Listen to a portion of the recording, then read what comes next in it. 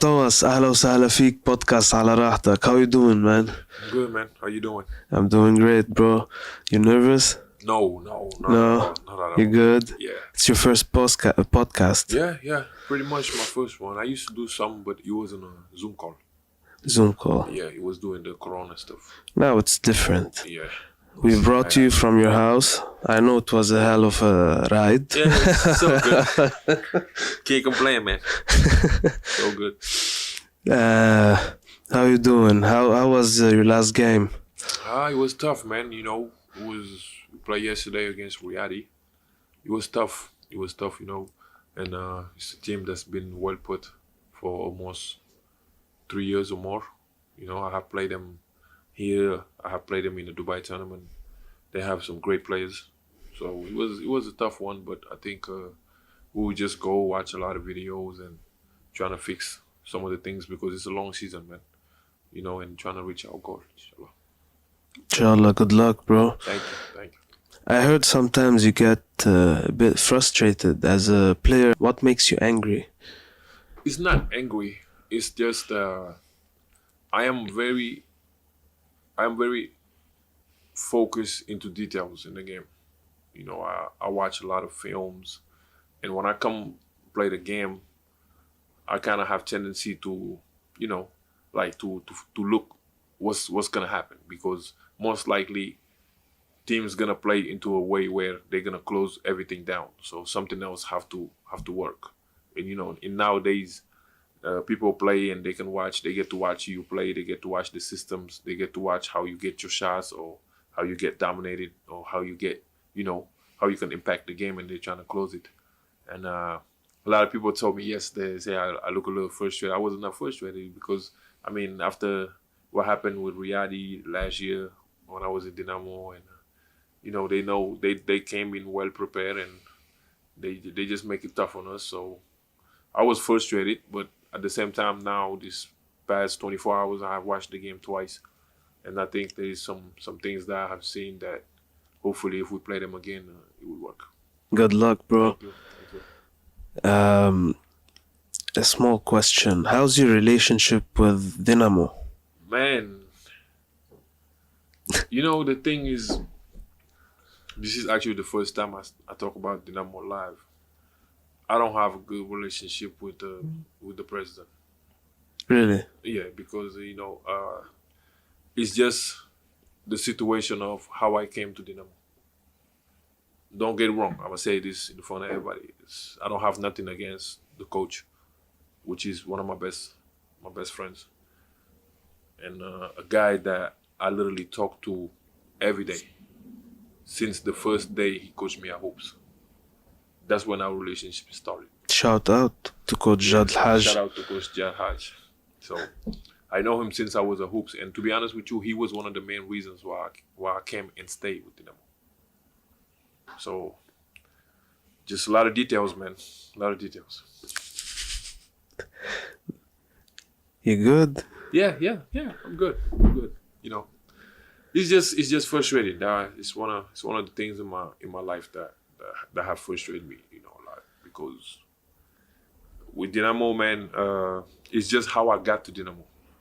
Like, are you hurt or something like that? Yes, because when you stick out your neck for somebody, when you make sacrifices for somebody, and you leave a lot of stuff on the table for them, and for things to turn out the way it did, you know, it's just, and plus, like, you heard people, I'm not gonna say people, the president talking about, you know, things that you know for sure didn't happen, and put it on your back.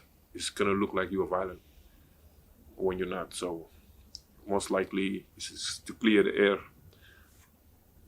When they made Dynamo the first year when they was playing in the league here, I was talking to Faisal every day, every night. So after that, the second year was last year, they was trying to get 2 imports. Because Jad reached out to me to come here with my agent Jad Sad. Shout out to Jad Sad. So they asked me to come here, and I was talking to them every day, man. I was talking with Faisal, with Coach Jad sometimes at night. we was talking every day. And it goes to a point where he wanted to sign some players, but I kind of recommend him to bring Zach Lofton here. You know, after that, he was, I don't want to say the names of the players because it don't matter, but the players that he wanted, I don't think they was going to fit. So the team needed, and I had a long talk with Coach Jad, and we know the team needed somebody who can actually sacrifice for the team to a point where he can control the team, he can control the locker room, he can be there and do all the little stuff, but not at the same time worry about his points, worry about his how many rebounds or how many minutes he plays. He just make sure that everything is good for the team to actually win every single game. So when that happens, he was just messing with it to a point where in the beginning, I signed in Saudi. I signed in Saudi with Ohad. And when I signed in Saudi and Ohad, he calls me like, yeah, I need you to come, this is this, blah, blah, blah. I'm like, bro, listen, this is a business at the end of the day. I tell him, I said, I'm not LeBron James. I'm not Stephen Curry, but I know well how to get to win. I know what it takes to win. On the court, I don't care about how many points I have. What I care about is winning. I care about winning. I care about playing the right way. And with the team that you have, there's only one basketball. You cannot go get players that just score 30 every time and bring them here and think about, okay, everybody on the team going to score 30. That's not how it works. Definitely, it's teamwork. Yeah. So we end up getting into it. I end up signing in Ohad, in Saudi. When I went there before the season started here, I played one game, we lost, and he calls me like, yo, I need you to come here. I told him, I said, man, listen, if Zach Lofton don't come, I'm not coming. He was like, oh, this. After that, coach hit me up. Coach was like, yalla, halas, I'm gonna finalize all the contract. I need your IT. I need your help. So I end up coming. First of all, he tells me like, yeah, leave the contract in Saudi. When you come here, I will make sure I pay you your money. This is this, blah, blah. Nothing was done, bro. So I came in, and after that, I had a talk with Coach Jad. So we was playing. The season started going on. Everything was doing good. And to be honest with you, just to show you that it wasn't even about points or stuff like that. There is games where I have 15 points in the first half, 20 points in the first half, and just sit out the whole fourth quarter or sit out the second half because we up by 30 against big blows or stuff like that, right? So after that, me and Coach Jad, honestly, the whole time I was in Dynamo, me and Coach Jad was working night and day that people don't know. And I still have the proof to my phone. We was working night and day trying to find out what system worked with us, what defense we should do. I was watching film. I was watching scouting reports on players. We was talking about it until probably like 4 o'clock in the morning. Always exchanging. IT, what you think about this? Sometimes he calls me early at practice in the office like, IT, what you think about this? I'm like, Coach, I think we should make this guy look like this. We should do this. We should do this. What about the pick and roll? This guy right here, he's a scorer. So if we give him one look, maybe he will, I think every time we will give him different looks. Like sometimes we'll hedge the pick and roll. Sometimes we'll go under. So we make him think every single time what they're going to do with us. So that's the relationship I have with him to a point where we was that successful in Dynamo. Now I got here, I had a problem with the president about the money situation. Boom, we let it go. And if you really remember, Dynamo lost one game last year. Yeah. It was against Sages in Gazir. Mm-hmm. We lost that game. It was a tough game, It was our first big game. So the president came to me and he wanted to change the contract. I told him, I said, I'm not changing it. He was like, nah, this, blah, blah, blah. And the next game we have after Sages was Riyadi in Manara. Yeah. I was like, nah, I'm not changing the contract. So he had a meeting with me in the cafe. Asked me like, yeah, when I change the contract, this is it. He's talking about like, yeah, I got this player right here, this player want to come here. And the way I work is like, I come to work and do my job. That's the reason why you leave your family to come all the way here. But at the same time, you're not going to give me an ultimatum and telling me like, I have this player right here that want to come for me to actually, do something I cannot do. It's just my job. If you're happy, you're happy. If you're not, you're not. But nothing going to make me not go 1,000%. I'm always going to give everything I have. So he had a meeting with me. He wanted to change the contract. I tell him no. He said, yeah, if you don't change the contract, I guess I got to release you. I tell him, okay, it's fine. If you want to release me, release me. But somehow I talked with Coach Jad again. Coach Jad told me like, IT, I need you. He He said, man, whatever they tell you. So we end up changing the contract because my contract was supposed to be 1 month plus 1 month's guarantee. So it was a month to month. I tell him, okay. So we changed the contract and we had the game against Riyadh. We win that game in Manara and we go into the break for a whole month. And this is the thing, when you're a player who has so much relationship with Asians, with agencies and stuff, every single player that he was contacting, every single agent that he was contacting, I had the proofs on my phone. Everybody he was contacting was coming back to me. Like, yo, like, what's wrong with your president? Like, why would he want to change you? And if you go and ask him about it, he denies everything. So it was going like that every time. And even when we go to Dubai, he was doing that. He was talking to players that are my best friends. He didn't know that.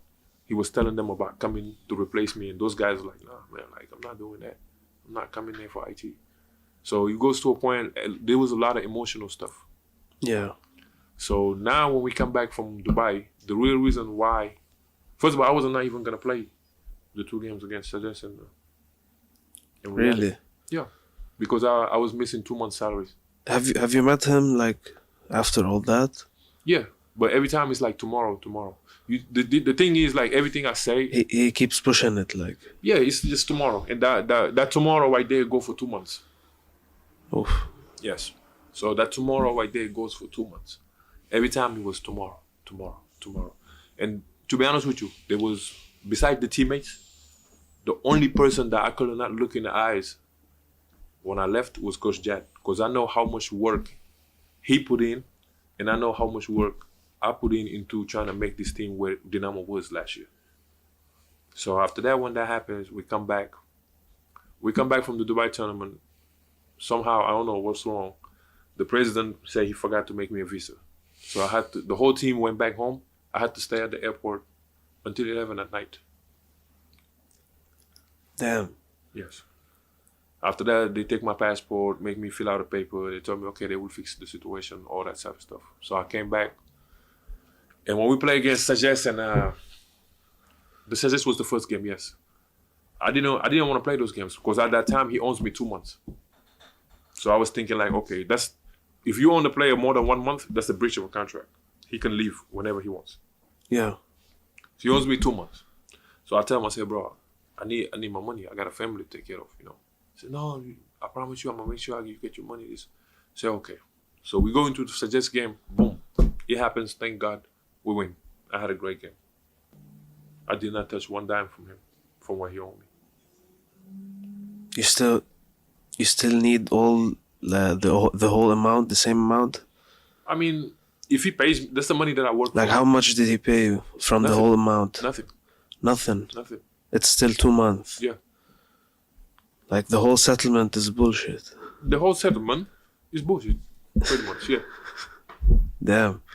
So I literally had to sign that settlement. So for you to play, yeah. Because at the end of the day, we basketball players, man. You know, this is our job. Definitely. So. And you have a son, you have a family. I guess you're gonna have another baby also, right? Yeah. Soon. Mabruk. Thank you. Mabruk. Thank you. How is it being a dad and living abroad and? It was good, man, because when my son was born, he was 6 years old. 6 months old. He came here, so I was bringing him to practice and stuff like that. And everybody know him. Like, coach, sometimes he calls me when I'm home during the summer, like checking on me, like, Toyo, what's up? How you doing? Where's Junior? And Junior will come and say hi to him and stuff like that. So, you know, sometimes it's some people that's so close to you, they become family, man. Of course. Like, if you go to my house right now and you mention Faisal's name or you mention Coach Jad's name, like, they know who they are because I used to constantly talk to them every time. I don't hide it. I used to have a great relationship with Faisal. I used to talk to Faisal almost every night. Like, Faisal used to call me out of the blue, like talking to me to a point where I go to my living room, make my shisha, watching the NBA game, we talking. And my wife goes sometimes like, yeah, I hear you talking to Faisal, but this Faisal guy, you probably not talking to your girlfriend. I'm like, no, man, I'm talking to Faisal, you know. But sometimes, like, when you have some people and they're so close to you, and you have to treat them different. You know what I'm saying? And for him to do the things that he have done, and actually to go, because people send me the interviews, the podcasts, and all that type of stuff that he have done. For you to actually know that you're going to say something about somebody that's your friend, somebody that you call your brother, for you to actually go there and say some things that you know that's not true, you making me look bad, like, you know what I'm saying? Like, That's weird though. Why you did not get on a podcast or an interview or something like that? no, because at that time it was there is some people that reached out to me that was doing like the Lebanese media, like the social media and stuff like that. There's some of them that reach out to me that I have talked to, that have contacted him. But when they contacted him, they show me the messages, man. That's the craziest thing about it. They show you the messages. Like, they reach out to him and he told them, like, yeah. One time they sent me a video when he's talking about, like, yeah, IT's posting all this stuff about Dynamo because people are paying him to say bad things about Dynamo. He have all his money. We don't owe him no money. You know, those, come on, man. Really? What player do you see comes to a team and people pay him to talk about that team? And especially after, like, people don't understand, my relationship with Coach Jad is beyond basketball, man. Like, me and that guy used to sit down and talk about plays. I'm talking about, like, we talking about tactical things to do. Like, we go, I remember one time, I'm not going to say what game it was, but we actually went and watched the game together. That team run a play, I turned around and looked at him. He was like, come on, man, that's my friend. Because he knows that play. We made that play. It was part of Dynamo play. He was like, come on, IT, it's okay. I know it's how I play, but it's okay. You know, those type of stuff, man, it makes you feel comfortable. Yeah. You know, it makes you feel comfortable being with, it's the same relationship I have with Coach Sabah. Now in Marist. Yeah. Because it's guys that actually, they give you so much respect, you have to give it back to them. You know what I'm saying? They give you so much responsibilities. You don't, when something fails, like you feel like shit, like excuse me. You can. You feel like crap, like, you know what I'm saying? Like, because when you look at them, you see that this guy right here, they counted so much on you. You only want to do good for them. You know what I'm saying? It goes to a point where it's beyond basketball. Yeah. So for him to do something like that, I was very disappointed. But like I said, man, it goes to a point where even he was talking to people like, yeah, IT's money is here in Lebanon. He can come get it in this. And I told him, I said, give it to Coach Jad. I say, take my whole money, give it to Coach Jad. I trust that I will get my money. I tell him, my agent is Lebanese. Jad Sad is Lebanese. Make sure you contact Jad Sad, give him the money. I will make sure I get my money. But don't go on podcasts and talk about some things like that, man. And there's some people here, man, in Lebanon. Those guys is like, for example, Jassim. Yeah. Jassim. Oops. Yeah. Jassim is like a godfather to me, bro. He brought me here when I was younger with hopes. Yeah. You know what I'm saying? That's where my career started with in Lebanon. You have a whole Lebanese support system, bro. So for you to go on TV or stuff like that, knowing that what you about to say is not what happens. I would just people ask you a question and you say, I don't want to talk about it. At least I will understand this guy right here, maybe something happens. But if you go there and say some things that you know for sure is not true, come on, man. That's hard. It was a tough situation. I'm not gonna lie, but it is what it is, man. Sometimes God, shit happens, bro. And I just leave it up to God, you know. Why you play in Lebanon, and what's the most things you love about Lebanon? Why I play here? This is the most respected league in the Middle East. Really? Yes, for sure, by far. I have played everywhere in the Middle East. I have played in Iran. I have played in Saudi, Bahrain, Qatar. I have played everywhere. This is the strongest league in the Middle East. And with the type of quality players that they have. I'm glad to hear that, bro. No, I'm so serious. This is to me, this is the strongest league in the Middle East. You have the quality guys here that literally like been internationally played. While Araji plays the NBA Africa Ball with Monastir.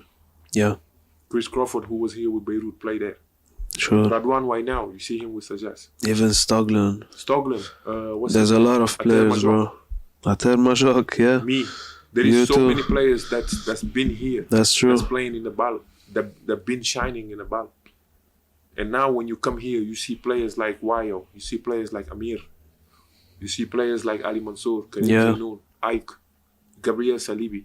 There's a bunch of good Lebanese players. Yeah, Patrick Abu Aboud, Ahmed Ibrahim. Yeah. And so on. The list can just keep going. Jad Khalil, like Ali Haidar. Ali Haidar. I remember Ali Haidar when I was in Jordan. I tear my hamstrings in the finals. We were about to play the finals with Wahda. Yeah. I tear my hamstrings, and they was like, "Yo, we can't find a big man," and they couldn't find a big man because he was like around January or something. I was like, "Go get Ali." They was like, "Who?" I was like, "Ali." He's the guy. Yeah, they was like, "He's not coming here." I was like, "Yeah, he's coming," because at that time the Lebanese, something was happening here. They didn't have the basketball. Ali came in there and just literally tortured the whole finals, and we win the finals. You know what I'm saying? Like you look at those type of players, man. Like Karim Ezzedine. Like you look at those type of players, man. It's like.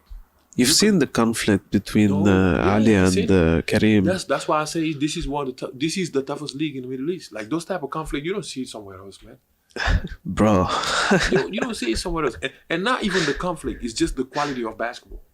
Like people don't understand if you leave basketball, if you watch basketball, you don't just watch to watch the show. You watch the small details. You watch how they play. You watch the decision making. You watch how this team is going up and down. You watch some of the guys when they come off the bench. You watch the leadership. You watch the mentality of the team. It's not the mentality of somebody, the mentality of the team. That means when they down, you can see how they act. You can see Ahmed Ismail. When Riyadi is down, you can see him on the bench trying to get. That's true. Yeah, you see a lot of stuff, a lot of details that people don't pay attention. Key players here and there. Those guys don't need to score 20 to affect the team. No. Those guys, you need them on the team. You need good basketball IQ and plays, and so, it's not a one-man show, bro. It's a teamwork. Yeah, that's why I say all those players that I have named. If you take every single one of them and take them somewhere in the Middle East, they will shine for sure. Do you go to the gym? Yeah. You lift some weights? Yeah. How's your routine? Like, do you lift weights in the morning? In the morning. And then you have some workouts with the team at night or evening? Yeah, at night. Because it's different during the off-season. Yeah. To work out just to stay in shape. Of course. And to stay in game shape. Of course. When I came here, I was in shape, but I was not in game shape. Okay. So now, like, so far, I have lost like 6 pounds since I've been here. And I'm continuing to improve. And like they say, like in the NBA, like, you're not going to be in best form until you're in mid form. The season just started, so by the time December, everybody will be into great form. So that's when you're going to start seeing people develop into their full potential. Even in the finals, it has to be different also. Yes, for sure. Like each phase of the season needs a certain mentality and preparation. Yes.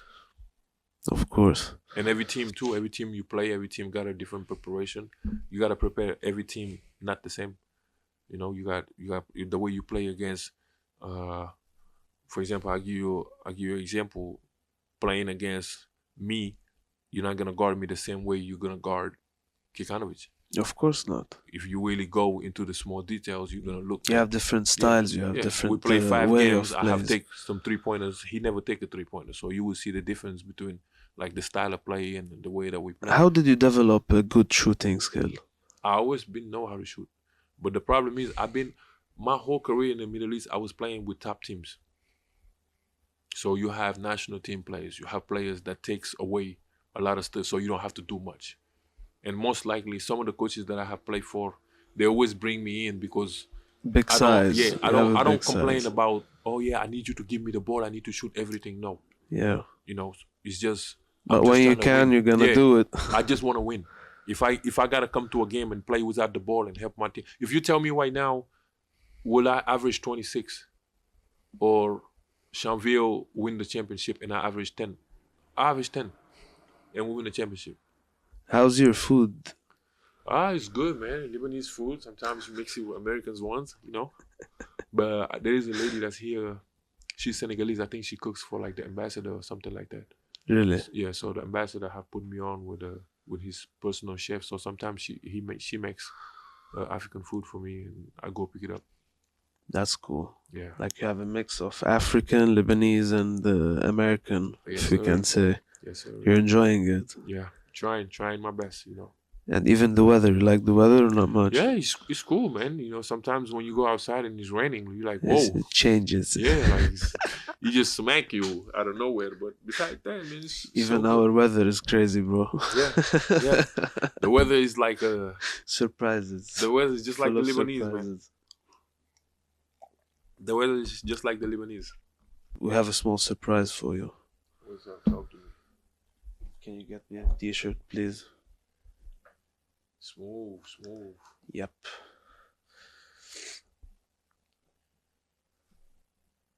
Smooth.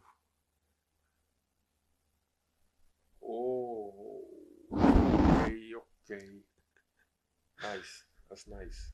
Yeah. That's nice. You Thank like man. it? Yeah, thank you. That's big time. That's big time, man. Enjoy it. Well, Yeah, I see it. we tried to get the biggest size. Nah, it's so good, man. You see it, so It's thank gonna you, be man. a bit Thank you. baggy. Appreciate you, man. You're welcome, bro. Thank you. That's a small souvenir. Thank you. Thank you very much. You are wearing Al Nasser, الاتحاد. Al Nasser, sorry. Because one of my best friends played there, Sadio Mane. So this is jersey. Who's your best friend? Sadio Mane. Mane? Yeah. Really? Yeah, he's a good friend of mine. That's cool. Yeah. He's a great player. Yeah. He's Ibrahima, it was a lovely podcast. Thank you. Thank you for being honest. Thank you. Thank you for coming. Always, It bro. was. I'm glad to meet you, bro. Nah, You're a great person, it's all bro. my pleasure, bro. Thank you very much. Thank you. نشوفكم مرة الجاية مع ضيف جديد. ما تنسوا تعملوا لنا سبسكرايب.